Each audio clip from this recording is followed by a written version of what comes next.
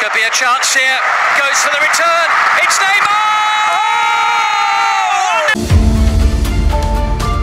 সময়টি ছিল 2014 সাল। ব্রাজিলের ঘরের মাঠে বিশ্বকাপ। 22 বছর বয়সী নেইমার তখন ব্রাজিল দলের প্রধান ভরসার নাম।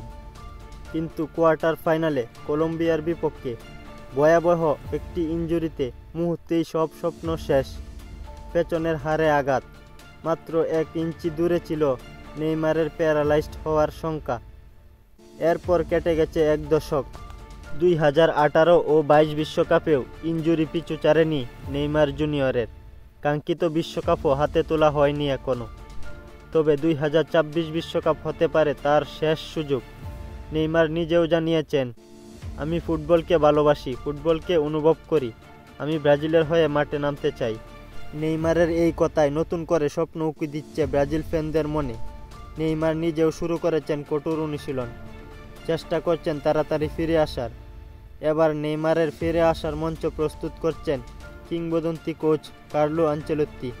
রিয়াল মাদ্রিদকে ক্লাব ফুটবলে সুপার পাওয়ার করে তোলা কার্লো আনচেলত্তি ছন্দ হারানো ব্রাজিল দলের দায়িত্ব নিয়ে নেইমার, রদ্রিগো, ভিনিসিয়াসদের নিয়ে গড়ে তুলতে চাইছেন এক অপ্রতিরোধ্য আক্রমণশালী টিম। কোচ আনচেলত্তির অধীনে নেইমার খেলতে পারেন ফ্রি রুলে, তাকে ঘিরেই সাজানো হতে পারে আক্রমণ বাগ।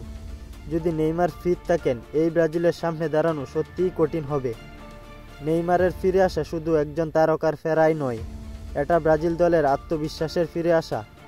মাস্টার মাইন্ড অভিজ্ঞ কোচ আনচেলত্তির অধীনে যদি নেইমার ফিট হয়ে খেলতে পারেন, তবে ব্রাজিলকে থামানো কঠিন হবে। একজন ফুটবল ফ্যান হিসেবে আপনি কি মনে করেন নেইমার ফিট হয়ে ফিরে এসে ব্রাজিলকে ষষ্ঠ বিশ্বকাপ ট্রফির স্বাদ দিতে পারবে, নাকি আবারও ইনজুরিতে পড়ে হতাশ করবে সবাইকে? কমেন্টে জানান।